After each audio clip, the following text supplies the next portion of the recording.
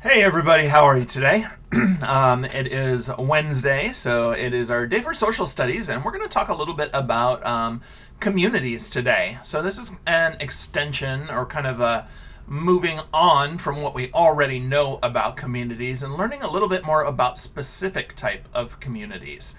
We're going to talk today about communities that we actually live in, and there are specific names for those kind of communities.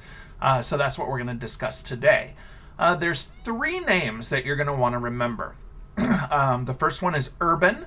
So an urban community is similar to a city like Bellevue or Seattle, like the city with the buildings, tall buildings downtown, lots of traffic, lots of people walking around. There's lots of shops and places to go.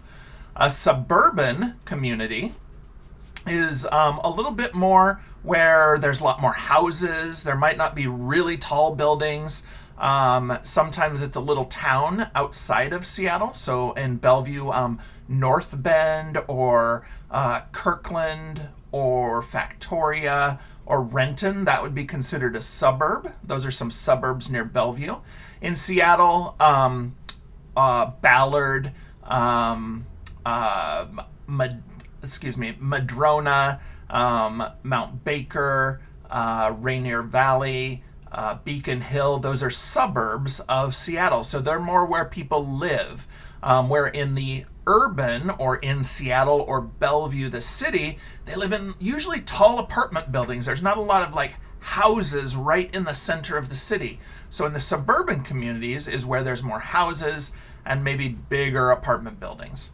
The third type of community that we're going to talk about today is rural. It's a rural community. Now, I actually grew up in a very rural community. And what rural means is there's often a lot of wide open spaces. There might be a lot of space, like maybe a mile or more between houses. Generally, you can find farms there. That might be where we grow things like wheat or potatoes or corn or lots of agriculture. I grew up in a town of 686 people, basically about the size of our grade school. And it was a mile to walk to my friend's house, and I had to take the bus about 15 miles to get to school. So it was very small. I had horses and cows and chickens and dogs and cats and all kinds of animals. And we had a big garden that we worked on as well. And so that's called, again, a rural community. So I'm excited to teach you guys about these a little bit more today. We're going to watch a short video about them. But just to review, we've been talking a lot about communities, and I know that you know a lot about communities. We've been talking a lot about our classroom communities. We read Our Class as a Family. We've also read The Invisible Boy, that's talking about a boy in a school and that community that he develops of friendships. I bet you all remember what happened in Enemy Pie when he made a friend in his neighborhood community. So the boy in Enemy Pie lived in a suburban community because there were houses and tree houses and yards. For Latinx and Hispanic Heritage Month, we've been learning about those Latin Hispanic communities. Mr. Erickson, our classroom, we learned about the country of Costa Rica. So we read books about Costa Rica. We learned about the rainforest community, which is where the animals lived.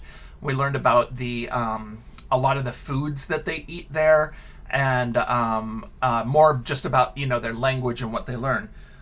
We learned about Yoon Hai's community from Korea, where she came from, to here in the United States, and her friend at school. And this was more of a, if we noticed in this book, I think it was an urban community, because there was a spot, let me see if I can find the page, where all the businesses and shops, and so Yoon Hai lived in a city, so there was lots of shops and buildings.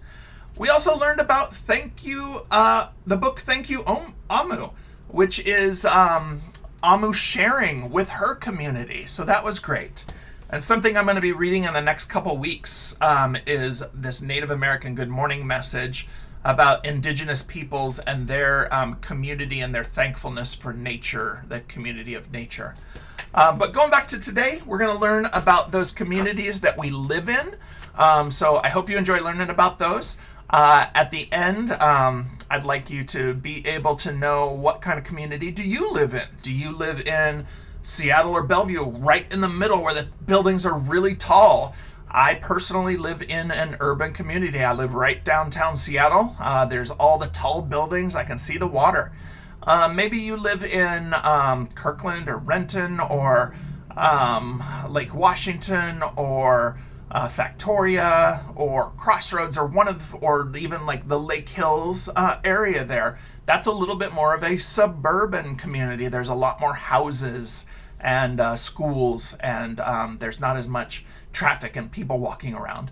Or maybe you live in a rural community like I did when I grew up, and there's lots of animals and plants growing, and there's not many people around. All right, I can't wait for you to learn more, and I hope you enjoy the lesson. All right, adios.